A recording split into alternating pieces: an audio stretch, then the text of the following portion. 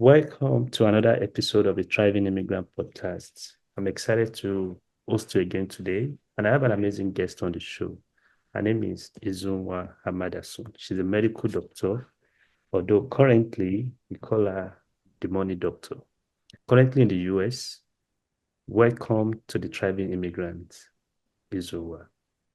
Thank you very much, Paul. Thank you for having me. Happy to be here. Okay, so let me say welcome, Dr. Izuhunwa, because it takes a whole lot to become a medical doctor in this part of the world. All right.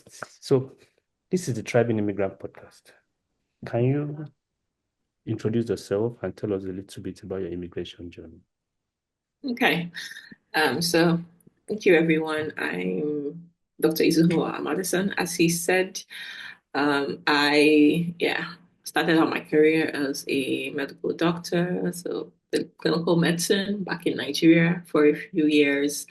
Transitioned into sales and marketing role for a health and wellness company. And I did that for a bit, really grew in it, really loved it. And I once wanted to really develop my business acumen and grow in that field and do it in another country, another environment. And I chose to do that in the US. So I'm currently pursuing an MBA degree, just wrapping up my first year of the program, one more year to go.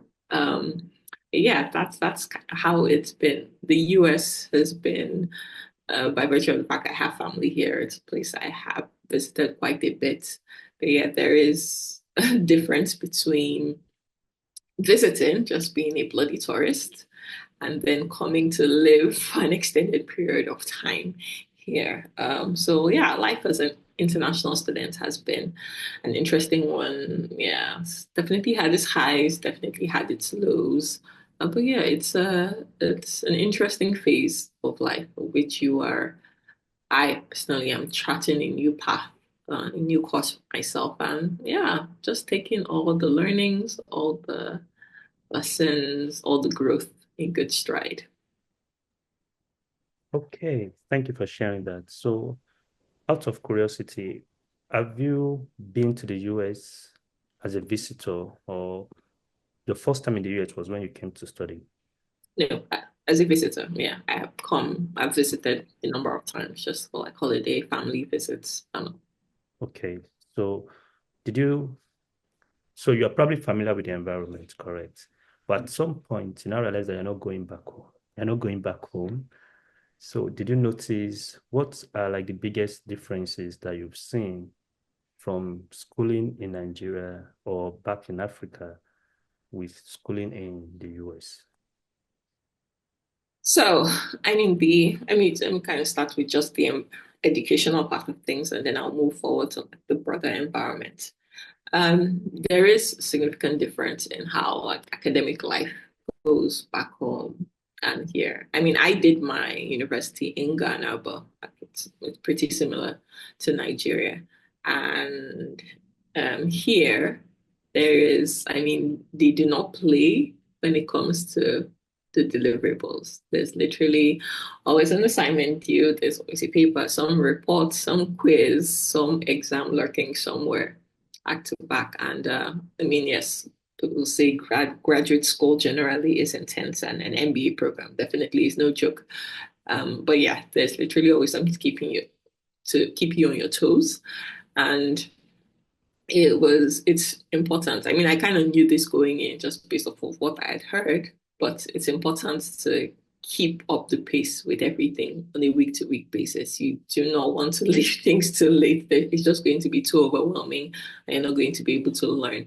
But yeah, it does help you learn. That's the thing. Like you can't really faff around the knowledge, everything. If you apply yourself, you'll be able to get there. Whereas back, I would say things are a bit more laid back and we can take certain liberties because it's not as intense on a week to week basis. I mean, doing medical school in itself is rigorous, but still, it's not like I had to have an exam every week or like do some class time every week. So it was probably not the best way to learn because I'm guilty of this where it's like leaving things till, oh, it's now exam season, and then you're trying to rush and jam all the knowledge into your head so that you can get through the thing. So yeah, that's what I would say would be like the major differences. And here, I mean, like the professors, you could like really like reach out to them, and there's certain things that you can at least dialogue about and their brains about and quote unquote challenge even. That's not really the norm back Yeah, home. So yeah, those are the main things. And then in terms of the environment, just the very, very different systems. Here the systems are like too much set, like the basic things. I mean, if you talk about it, like from let's just say basic things like power, right? Like with transportation, they're just things that are really fixed and really like smooth over here compared to we know what the stressors are like back home in Nigeria. So it's all those kind of things. And yeah, I'm sure maybe we'll get to talk a lot more as to the finances that make all of this possible, right? yeah. So yeah, those would be the main differences, I'd say. Okay, awesome. So do you miss home at all? Do you Oh miss yeah. Nigeria? What do you Oh miss yeah. most about Nigeria? Definitely. I mean, there are things, literally, there are things about Nigeria that I will like always miss. Before I even get into details of that, being here, at least I'm here as an international student, and basically like having this like F1 visa is a non-immigrant status, right? Like people can go on to maybe have like permanent residency with a green card based on yeah how things pan out for them, but whichever way, I know like I'm away from Nigeria for a significant period of time. And there are things I do miss. I miss just getting out of my house and just walking to one corner shop and being able to like get everything I have. Yeah, it's like the store that you need to go to is like how many miles away and you need to figure out how to go there. So that those times kind of get me like, oh, I miss Nigeria for this. I miss that's the kind of like the people, obviously having friends, having family back home, I do miss that. And there are just certain things that you can get access more quickly and get done in quicker time from all like there some kind of healthcare services and things. Whereas here, just because of the bureaucracies and just all the kind of protocols you have to follow, it can take forever and a day. Um, so there's like all of that. There are things about the motherland. Yeah, I'll forever miss. I guess yeah, life is all about trade-offs. We can't have it all in one place. So Yeah, that's a powerful point. Is about trade-offs. Can't have it all. And I think you are lucky because being in the US, at least you have the weather is similar, it's something you're familiar with. You can't, for me, connecting from Canada right now, connecting with you, we're in -7 degrees. That's below zero. You know, when I came to Canada, I was like, maybe they're just exaggerating. It's not possible for a place to be below 0 degrees because the freezing point is zero. Like, how do they survive? Well, so if there's anything I miss about Nigeria, is the weather. Okay, so let's talk about your book. You wrote the book, The Rooftop, and I would say I want to commend you for writing such a powerful book because it takes a lot of courage and vulnerability to put those things into a book. So I know you had some medical challenges at some point, and I'm really interested. Like, do you want to talk to us about that journey at the point of diagnosis to the point of being to how it was managed and how it affected you or how it impacted your life? So do you want to just share a little bit about that? yeah, sure. Thank you. Yeah, for the compliments. Yeah, definitely writing and publishing a book is no joke, as I got to find out, and I have serious respect for authors like yourself. It's not really easy to bring all that together and make a decent book with messages, like tangible messages for people. So yeah, my book is Rooftop, my struggles and triumph over stage 4 cancer. It's the name of the book, and I wrote it back in, or well, published it back in the middle of 2022.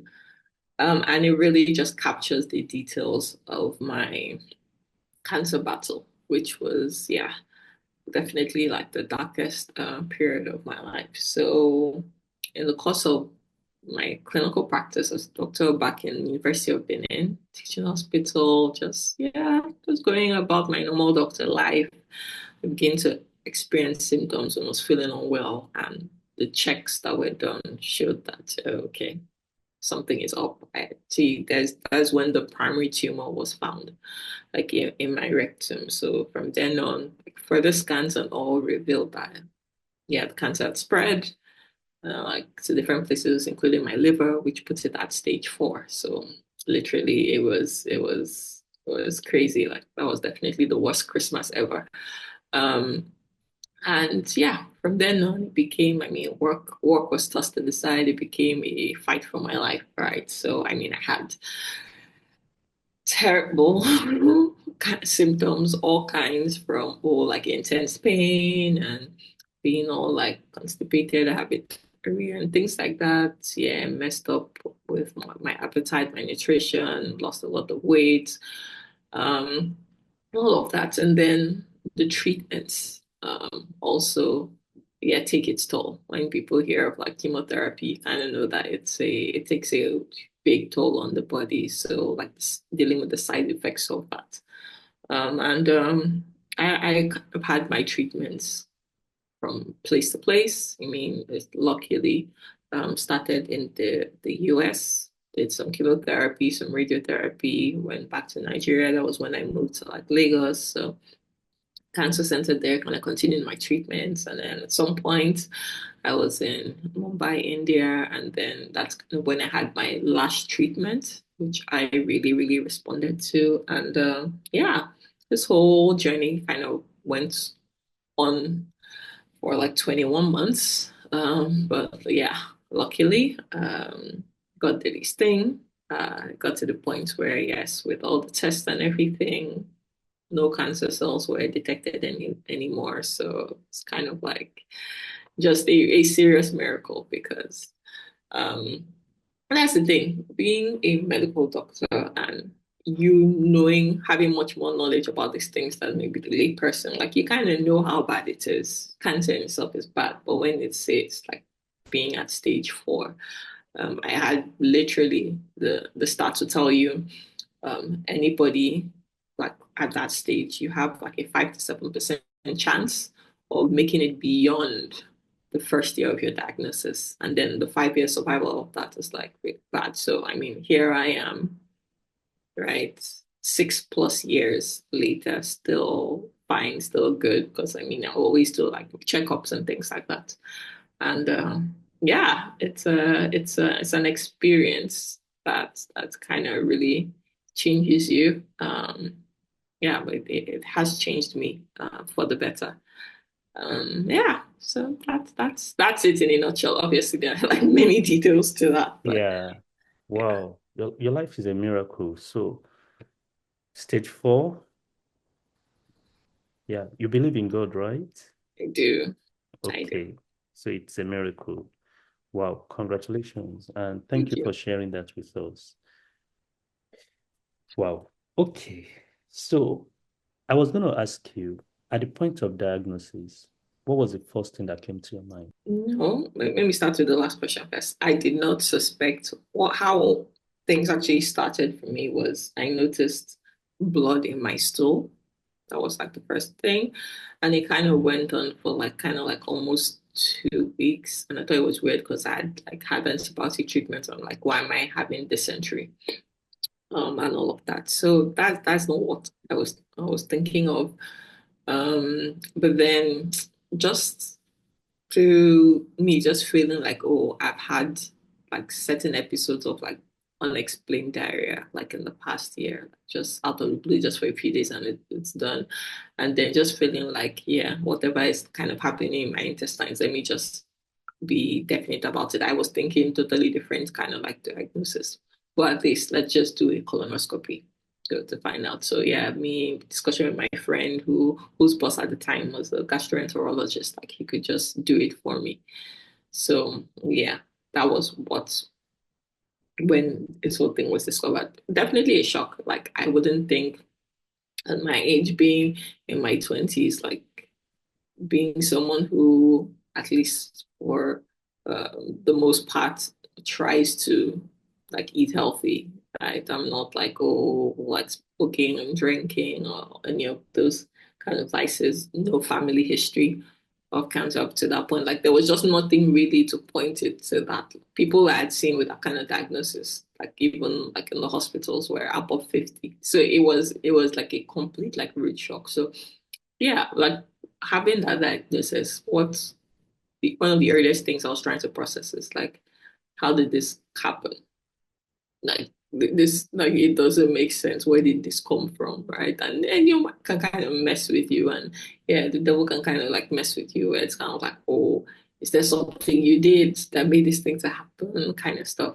Um, so yeah, and that first time, like just from the colonoscopy, you would just know, okay, there's a tumor. But then it was like later on in the US when I did like more comprehensive tests, that's when we could even place it at stage 4. So initially, at least with that, it was kind of like, I guess, he maybe not wanting to think that it could be anything beyond stage 1. It's just, okay, maybe we'll just have like a surgery and this will be done. But then having those scans and knowing it's stage 4, it makes everything like really real. Like then you're thinking, wow, so you now have to do like chemotherapy, things like that. Like, yeah, so it was definitely a tough one to take, and a whole lot of adjustments had to be made. Yeah. Okay. Wow. So I know cancer is a big challenge currently globally. I think it's one of the most leading cause of death in among Canadians. The last time I checked, 1 out of 2 Canadians will be diagnosed with cancer in their lifetime, Mm. which is a scary number because what that means is two people working or two people living in the same house, there's a chance that one of them will be diagnosed with cancer in their lifetime. So the treatment is a different topic, but the fact that 1 out of 2 Canadians will be diagnosed with cancer in their lifetime, I think that's very concerning. And in the US, it's not so better too.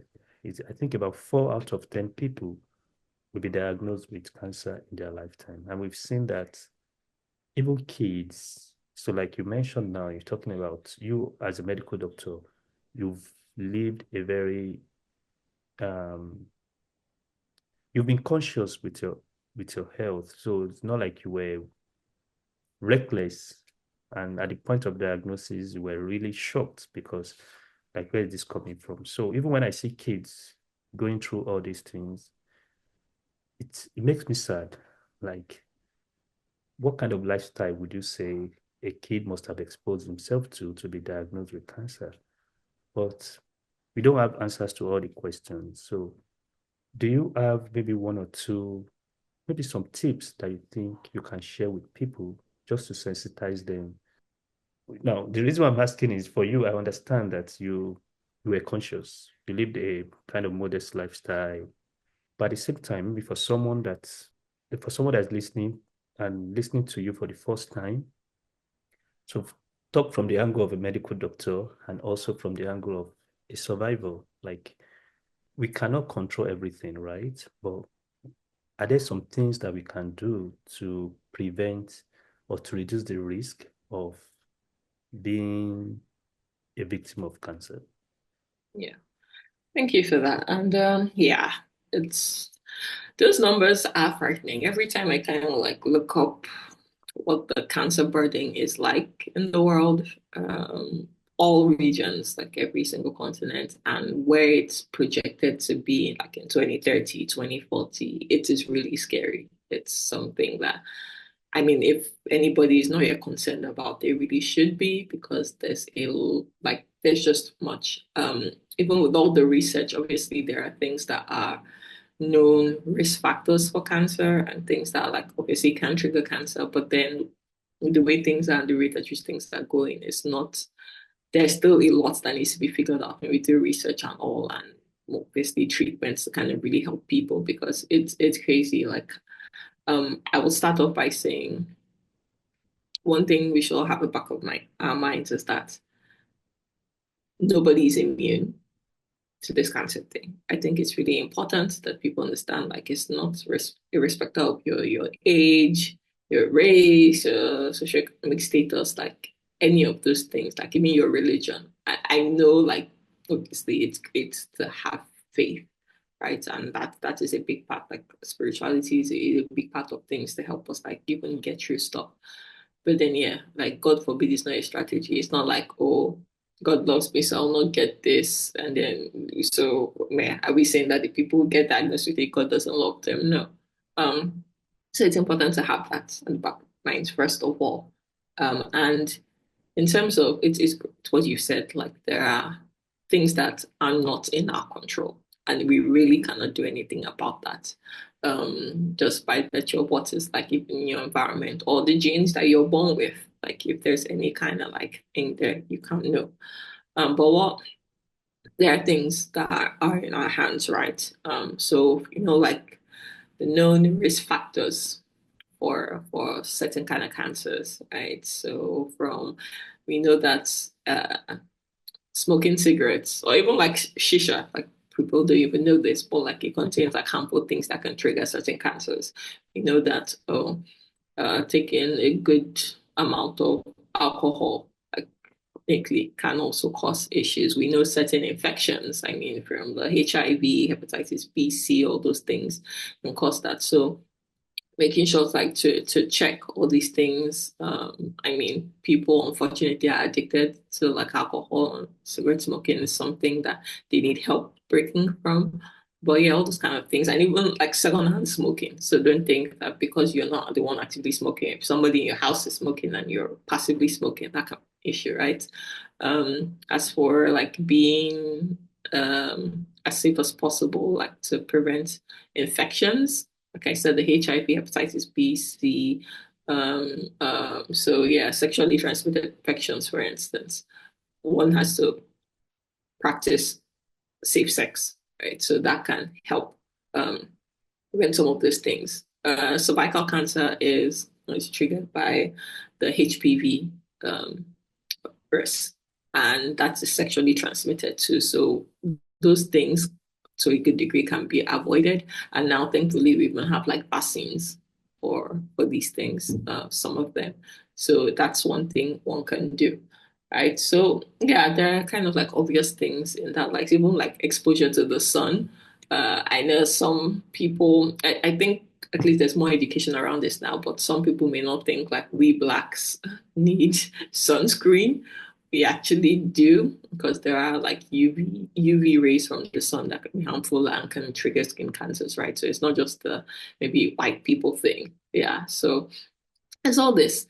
Now, I would say the less emphasized parts of this whole health thing, or like preventing, and I'm not going to narrow it down to just cancers, just in terms of health in general.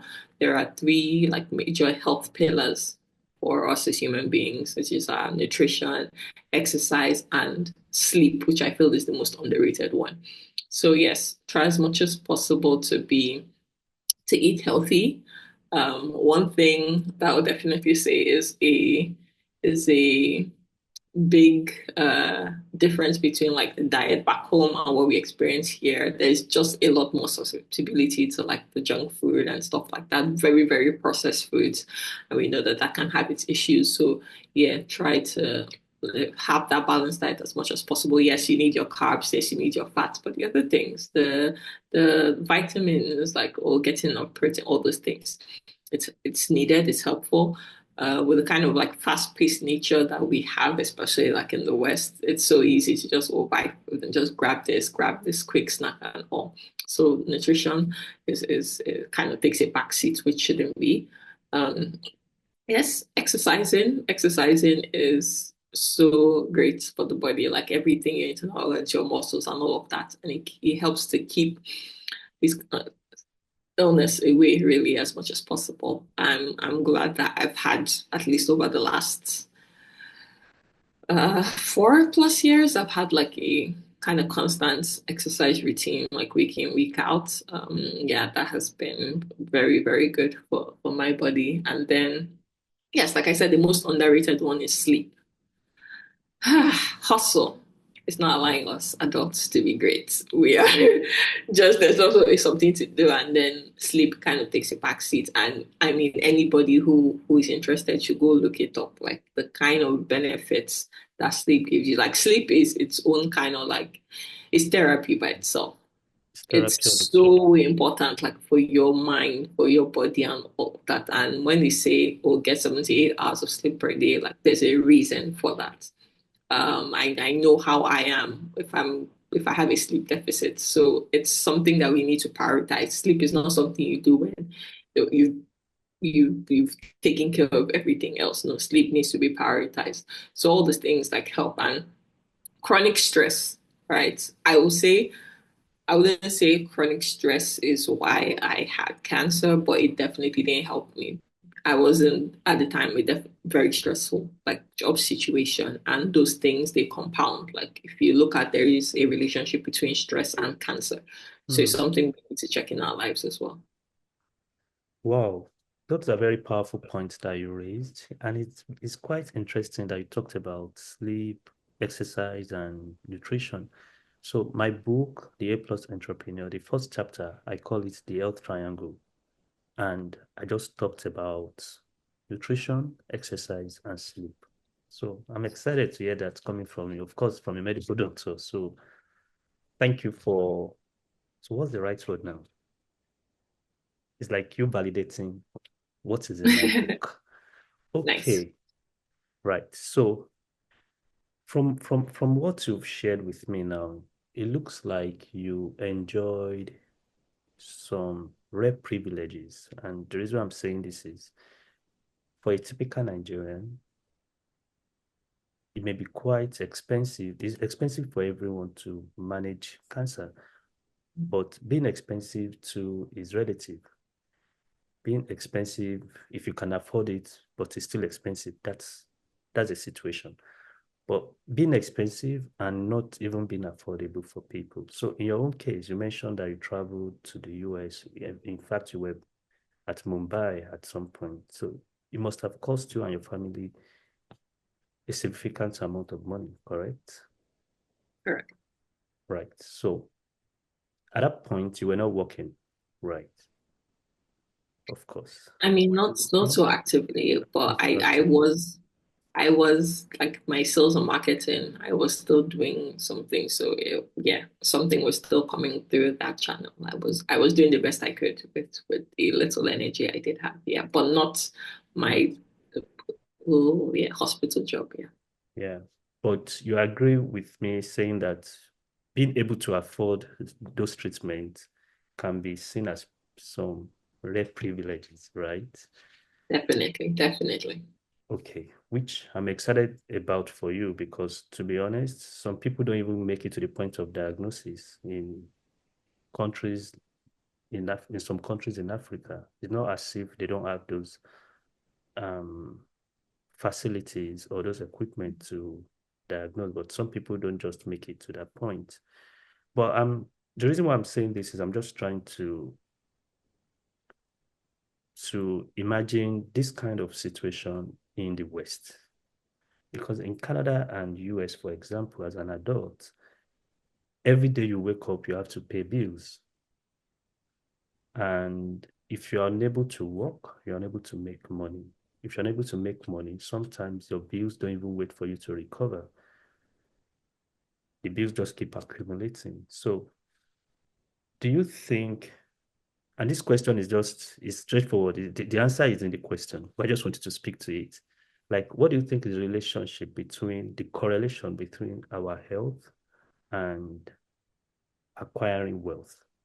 Because I think we do not really pay attention to some things. Like we just wake up, we feel like we have ambitions, we have aspirations. We're like, you know what? I already have it planned. Like right now, You may have plans for 2025, 2026. It feels like, oh, you know what you are doing. But sometimes you just wake up and your body says no. So I think we do not give enough um enough recognition to the blessing of a sound health and sound mind. So do you want to speak to the relationship between a perfect health and building wealth? Because both of us are money, we are money coaches, money people. For you now, you're now a money doctor. So do you want to speak to that? Yes, certainly. And yeah, like you're spot on. We often take the gift that is great health for granted because I mean it's just normal. Hey, you wake up, you brush your teeth, you go to work, or you talk to your friends, you talk to your family, like everything is great and dandy. And then it's when your body feels that you understand how much of a gift good health is. And yes, there is definitely that strong correlation because if you have great health, then you're fit enough to do work, right? That can fetch you money. You're able to like think properly as to what your next steps are, at maybe at your job or your business and all like things are fine. You can do that.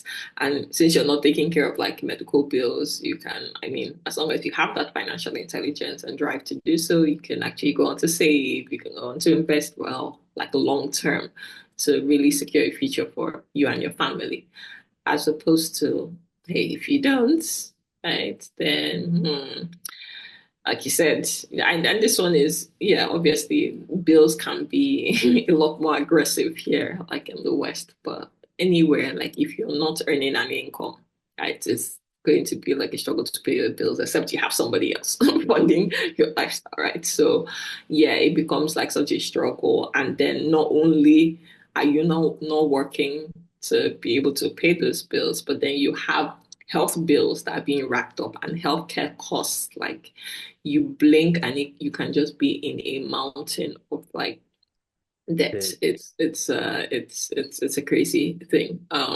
So there's definitely that correlation. And then people who are like earning. We know, like I mentioned, like the hustle, right? Sometimes a good deal of times people are driving themselves into the ground. So in order to make that call, in order to build that wealth, we are wrecking our health, right? hmm, And then unfortunately, it gets to the point where, and we see it every day, we hear the unfortunate news of people who just like suddenly passed away or something like that. Some of that is due to, okay, there was just hustle, trying to accumulate. And then the time that you're meant to now enjoy the fruit of your labor kind of like pays off and stuff. Your health is dwindling. Then you're using the money that should have been for enjoyment is instead used to to pay medical pay, bills. yeah, pay medical bills, which is really sad and really tragic. So I mean, being able to kind of like find that balance is very key. And how you said, like, I mean, wealth is kind of broad and all encompassing. It's not just strictly money, right? Money. Like, health is a big aspect of wealth generally. So having that, like I said, is a serious and important gift. And in terms of like the systems, one thing that is very uh, kind of like part of the package for most like work packages here in the West is the health benefits that come with like a job. So if you have like the health insurance, at least there is some kind of like medical costs and bills that it will take care of. Here in the US, I mean, you have that, but then there's still usually for like at least significant bills, there's the whole co-pay system. So there is what the insurance company will pay, there is what you will pay too. Okay. So yeah, at the end of the day, it's still bills that have like come to you. So being able to earn. And I think that's why as much as possible for building wealth should start as young as you are as possible because you want to get to that point where at least there's that good financial cushion. There's money that can take care of things that come up, be it a health emergency or like something else. So there's really that strong link between like health and finances as well. Okay. That was good. Thank you for mentioning all that. You talked about insurance, which for in Canada, for example, we also enjoy those health benefits. So, for example, in Canada, health is free technically, or the word free is a big word. Somebody's paying for it. Yep. So, but what I mean is when people fall ill, like maybe cancer, for example, there's care that may not really cost a lot of money for you as a citizen or as a permanent resident. But of course, you will still pay some money, maybe at least to transport yourself to medical center. However, there are some insurance products that some people can take advantage of. Like you can get critical illness insurance, you can get disability insurance. Because when these things happen, just like you mentioned, that nobody's immune to all these things. So when these things happen, you may not be able to work. Your bills keep accumulating. In fact, at that point, you now have more bills to pay. So if you're, let's say you are surviving on $3,000, maybe $3,000 is your total expense for the month. You're paying rent and you're feeding yourself and all that. Now you are sick. Your income is no longer coming in, and you need extra money to take care of yourself. In fact, I've seen cases where families, for example, husband and wife, husband falls critically ill, the wife needs to take some time off to support the husband. That's like not just one income loss. Because in the West, sometimes when you don't work, you don't get paid. So Mm. if it's like per hour pay, maybe the wife used to work for 8 hours now, she's cutting her hours to like 4 hours or 3 hours because she needs to take care of the husband. So that's where insurance conversation comes in. Like if there's maybe an insurance plan that you can take advantage of. So for people living in the West, in the US or in Canada, there is always critical illness, life insurance. Those things, they come in handy and highly recommended. I just wanted to like add that to it. And if anyone is listening to me right now in Canada and you are looking for something like that, you can contact me. I'd be glad to help you with that. So thank you, Dr. Izuhunwa, for all the things you've shared with us. You are a money doctor, and that may sound somehow to people listening to you now. Like you are so blessed. You if you want to practice medicine, you can practice it on one side. If you want to teach people about money, you also do that, which is rare to find. Most doctors they don't even want to have the conversations around money. Like it's okay. And because they're not really financially stressed like that. So have you noticed any differences in personal finance management in Africa and in the US? Yeah, for sure. Both in both regions, environments have different financial systems, so to speak. So, I mean, back home, right, what we're used to is, hey, you have your bank account, you have your debit card, your bank account, is either current account, savings account, and then you have your debit card. I mean, it's a very uh, prepay kind of system. Like you either have the money to pay or you don't have the money to pay. Like there's no like there's rarely ever like getting the service on credit. Obviously, we know like people and their vendors kind of have systems, but by and large, it's a debit-based system as opposed to here, where it's a very credit-based system.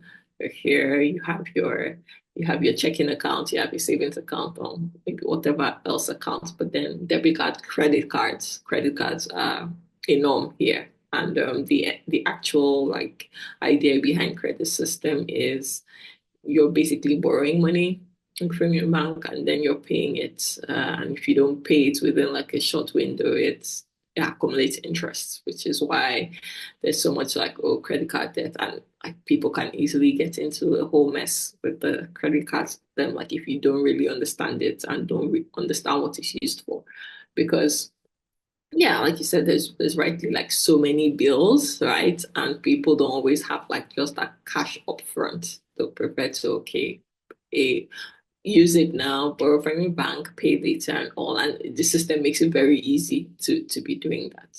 But then you can easily lock yourself into debt. So that is like I would say one of the like the top things someone needs to know if they're kind of trying to move to this side, understand the card system and understand how easily it can suck you in because hey, it's just an easy swipe, it's just an easy like and then you've paid, but hey, at the end of the day, it is debt, and debt can really cripple you over time because the interest rates can be mad and they just kind of like get worse over time.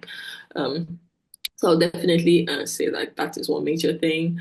In terms of being able to like save your money, like grow your money, some similarities because it's still the basic principles are the same, right? If you want to like save maybe a specific amount or a specific percentage, maybe of your monthly income or whatever, yes, you can. You have savings account to do that. But then if you want to kind of like invest, I mean, it's still the same kind of investment vehicles. It's still like the stocks. It's still like, oh, maybe the bonds, mutual fund, things like that. It may just have like a different platform and name for where you could do all those things.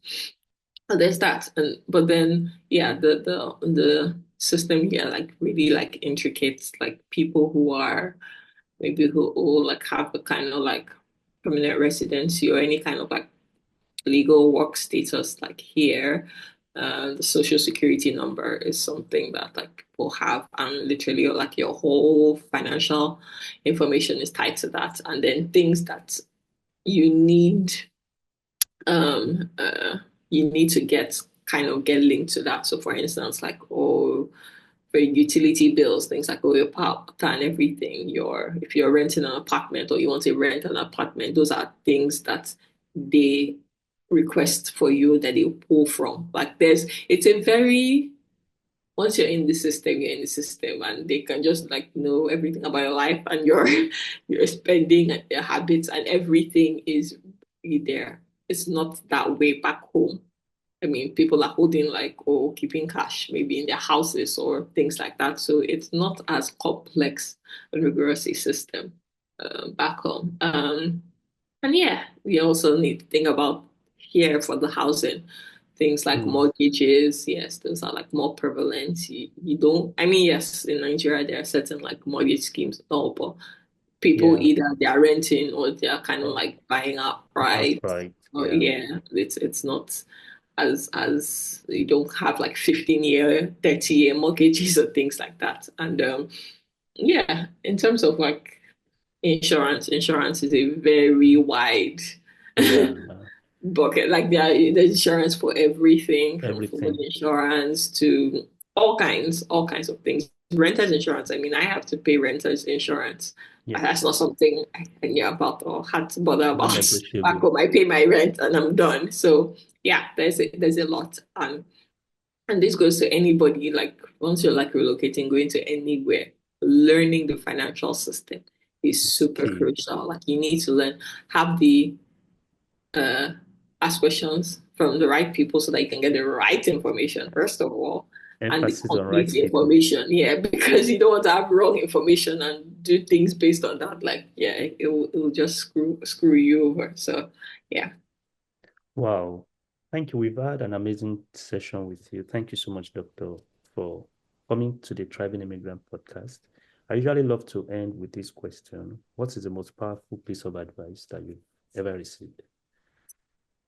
Ah, a deep question that is, and I mean, I would say I've heard a good number of things over the years, but maybe I'll just kind of throw a curveball your way and mention something that I heard like maybe 8, 9 years ago thereabouts. And I actually wrote it down somewhere. I'm paraphrasing it a bit, but it basically says, um, who you choose to marry should be the should be a selfish decision or should be the most selfish decision you make.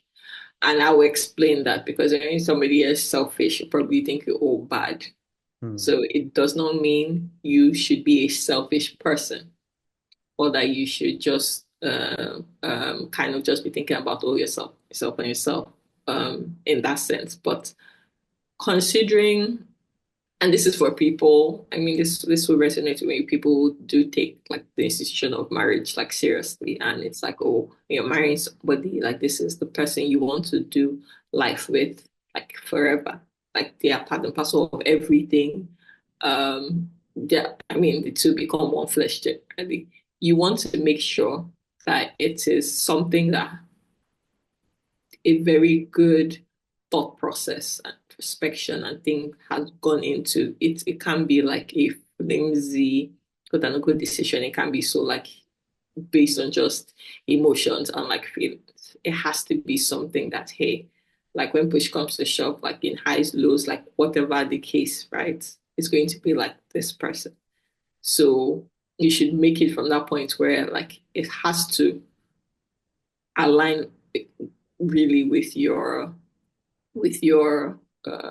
life plan or Values. with God's like kind of will for your life. And just there has to be that alignment in values and all those things. You Mm. can't like do it to please anybody or kind of be like, okay, because you are Can't that wing it. age or yeah, it can't be any of those things. Like you Okay. have to plan to use your head really and use the spirit to do that. So yeah, I would say that that's a really good piece of advice. Hmm. Yeah, so for single people or those that are maybe considering to get married, Mhm. thank you for sharing that. Thank You're you. welcome. You're welcome. Powerful.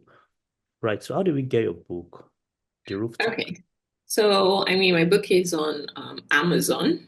So, Okay. if you just look up Rooftop, My Struggles and Triumph Over Stage 4 Cancer by Hmm. Izuhunwa Madison, it's there. And then at least that's for like the global scene. And then back home in like in Nigeria and Ghana, I do have some copies here and there. So Roven Heights Bookstore, Okay. in Lagos and Abuja, it's there, and like a few other places. So if you're not getting from any of these like major sources, I mean, if you could connect with me, I'm pretty sure I'll be able to find like the closest hub to you. But yeah, those are the major places where you can. Okay. So how do we connect with you on social media? Maybe you can drop your handles. Yes, sure. So on Instagram, I mean, my personal page is at Amarda underscore Izzy. I mean, I'll kind of share this with you, and then at Money Doctor Izzy, just like my business page. Okay. On LinkedIn, Facebook, just Izuhunwa Amadason. You'll be able to find me. Those are my major platforms that I use. So Awesome. Thank you so much, Dr. Izu, for sharing your journey because that's a courageous move. Thank you for sharing your journey. Thank you for sharing all this knowledge and insights with us. It's been a great time having you on the Thriving Immigrant podcast, and I look forward to hosting you another time. thank you so much. It was a pleasure being here. Thank you for hosting me, all the compliments, and yeah, for just kind of establishing this podcast for the community of Taiwan immigrants. Because there's a lot, I would say, like challenges when it comes to moving. There are different kinds. But then the idea of moving is so you can be in an environment where you can thrive. So the Hmm. fact that you're given like people the insights they need to grow in their new spaces is really commendable. So thank you for that. I appreciate the kind words. Thank you so much. You're welcome. Okay. Thank you, everyone, for tuning in. Till I come your way again, stay thriving. My name is Paul.